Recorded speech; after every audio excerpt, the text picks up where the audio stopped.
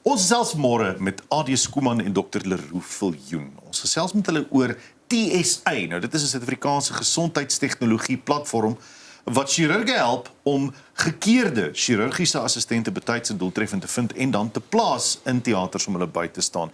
Die stigters hiervan is natuurlik A.D. en Leroux en ons hoor 'n bietjie meer oor waar die idee vandaan kom, waar die behoefte begin het en hoe die oplossing gebeur het. Goeiemôre meneere. Môre julle, hoe gaan met julle? Lekker om julle te hê. Natuurlik Leroux is via die internet saam met ons Leroux. Ons verneem jy kan dalk een van die dae weer pa word en vandaar die feit dat jy eerder maar van daar af met ons gesels. Ons verstaan dit ten volle. Kom ons begin met die beginpunt. Die idee vir surgical assistant. Waar het dit ontstaan? Het julle 'n behoefte gesien? Was daar 'n geleentheid? Ja, soos Leroux is 'n dokter en wil graag ortopeed geraak het, so die stelsel laat nie toe dat jy vinnig in die stelsel inkom nie. So wat hy gedoen het is hy het geassisteer in die privaat sektor. En ons het 'n Saterdag om die braai gestaan, die bokke was op pad om af te skop en so was dit 10:45 en toe kry hy 'n oproep van 'n chirurg by Vincent Pelotti wat sê kan jy kom help? Daar's 'n heupvervanging of 'n karongeluk gewees. En obviously kon hy nie help nie. Want hy was besig. Toe bel hy 'n pel en die pel wil ook 'n ortopeed raad. Hy is actually tans in Tygerberg se stelsel. En toe besef ons daar's dalk 'n geleentheid. Hier is einde van die dag is half 'n Uber vir dokters. Maar die enigste manier hoe Leroux daai geleentheid gekry het is omdat hy van tevore by daai chirurg was, die ou hom geken het, hy het sy CV gaan aflaai en. So ons het net gedink daar's 'n manier hoe ons dit bietjie makliker kan maak. En vinniger die regte ou by die regte plek uitkry. So dis waar dit ontstaan het. En dit was al 4 jaar terug. En ja, nou is dit ons 7.500 gevalle later en baie grys hare, maar dis waar dit begin het. Leroux, baie mense dink altyd die operasie gaan net oor die chirurg, maar daar gebeur so baie agter die skerms. Vertel ons bietjie meer daaroor. Ja, ons spot altyd en sê dit is amper om soos ballet te doen in 'n teater. Die span moet perfek saamwerk. Nou ons spesialiseer om die regte assistent te hê vir die regte geval vir die regte dokter en die twee van hulle werk saam. Die idee is dat as ek 'n ondervinding het in 'n geval, kan ek die dokter se volgende beweging antisipeer en vir hom die regte toerusting gee, die wond op die regte manier oorhou en sodoende die operasie beter laat vloei. Dis maar die kort en die lank van dit. Hoekom sukkel soveel gekwalifiseerde dokters om chirurgiese ervaring op te doen op hierdie stadium? Ek dink dit gaan oor chirurgiese ervaring, dit gaan oor werk om te begin. Daar's oor 2000 werklose dokters in die land. Elke jaar sien ons 300-400 van hulle wat op ons stelsel registreer en werk soek. So daar is 'n stelsel issue binne 'n departement van gesondheid. Hulle het oor die jare net stelselmatig minder en minder mense aangestel. En so dis nou waar ons sit. So wat ons besef het is, kom ons gebruik die privaat sektor om so 'n bietjie van 'n hupstoot vir die ouetjies te gee en te sê daar is 'n geldjie op die tafel, jy kan geld verdien. Dis ongelukkig nie genoeg om van te lewe nie, maar dit hou jou aan die gang en dan gee dit vir jou die geleentheid om mense is nie bewus nie, maar Leroux byvoorbeeld het vir 3-4 maande verniet gewerk in die ICU by Grote Skuur. Dit word verwag dat jy dit doen. So jy kan nie aansoek doen vir 'n wat hulle noem 'n registraarpos, 'n spesialistpos as jy nie verniet gewerk het nie, as jy nie 2, 3, 4 jaar se tyd agter jou rug het nie. So dis 'n baie moeilike stelsel. Ek kom nie uit medies uit nie, ek dink is waansinnig. Een van ons wat ek bedoel waansinnig, die stelsel is waansinnig. En een ding wat ek en Leroux baie sterk oor is niemand moet verniet werk nie. So ons wil geleenthede skep en op die oomblik is daai geleentheid in die privaat sektor. So die idee is geldjie op die tafel, maar by dit gesê, ons probeer die ouens wat wil spesialiseer in byvoorbeeld ortopedie by die ortopeed kry en net so by die gewone chirurg, algemene chirurg of wat ook al jou spesialis lyn is, dis daai ouetjies wat ons by die teater uitkry. En dis waar ons verskil is. Dit is werklik mense wat in daai rigting wil vorentoe ploeg en ons kry hulle in die teater. Leroux, ons hoor ook baie keer van mediese personeel, dokters wat die land verlaat.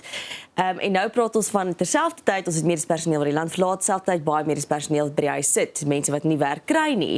Dink jy hierdie stelsel kan ook help om, ek wil sê, daai gap te vul tussen mense wat gaan uit frustrasie uit dalk die land verlaat, omdat hulle nie geleentheid kry nie, om hulle by die huis te sit, omdat hulle nie kan spesialiseer nie. Dink jy hierdie stelsel kan daarmee help? Absoluut. Ek was ook een van daardie ouens, ek het my Kanadese eksamens geskryf en ek was sterk op pad.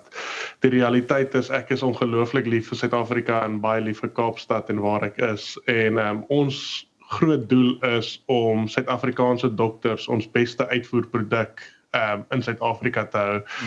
Die idee is dat as ek vir jou in 'n privaat teater kan kry, vir jou ondervinding kan laat opbou, vir jou geldjie op die tafel kan sit en sodoende jou CV te bou, kan jy aansoek doen vir daai registrarpos en hopelik dit kry. Ons groot plan is dat dokters vol sirkel gaan. Hulle begin as 'n assistent by ons, hulle kry 'n staatpos, hulle kry 'n registrarpos en dan raak hulle die volgende spesialis wat die volgende assistent gaan mentor deur die hele storie. Sisteme soos hierdie help nie net dokters nie, Leroux, dit help ook pasiënte in die langtermyn, nie waar nie? Nee, 100%. So dit is definitief iets waaraan ons werk. 'n Dokter wat die operasie beter ken, wat die operasie al voorheen gesien het, gaan 'n beter operasie volgende doen. Ons glo definitief dat dit maak 'n verskil vir die pasiënte op die ou einde van die dag. Dit verminder die teatertyd, dit vermeerder doeltreffendheid in die hospitaalstelsel en ons glo die pasiënte sal baat vind daarbey. Ons hoor baie van KI wat mense se werke oorneem. Hoe pas hierdie stelsel nou by die KI in die werke oorneem? Ek dink gelukkig vir die dokters is dit nie iets wat noodwendig 'n probleem is, tensy jy 'n radioloog is. Baie ouens sê die KI is slimmer as van die radioloog, maar soos die naam surgical assistant, ons is in die teater self. Ja. Robots is daar, kennis is daar. Aan die einde van die dag, ons stelsel wat ons gebou het, Surgiflow gebruik ook KI om seker te maak dat die regte mense by die regte plekke uitkom. By die regte teater, daar's soveel elemente wat jy kan gebruik om die stelsel te verbeter en die proses vinniger te maak en te vergemaklik.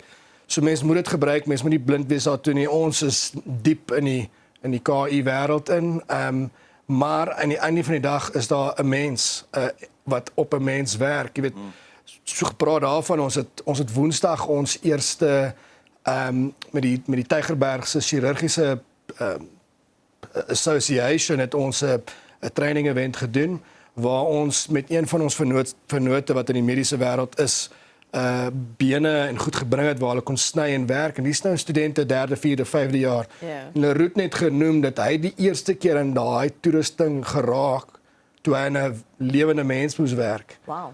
En dit is die probleem. Daar is baie geleenthede waar ons kan inkom en sê kom ons bring die privaat sektor bymekaar, bring die akademiese mense bymekaar, sê kom ons skep net 'n ekosisteem waar aan die einde van die dag die dokters is beter, en soos julle net gesê het, dit gaan maar alles terug na die pasiënt toe, en hoe kan ons die pasiënt aan die einde van die dag die beste mense op die pasiënt kry?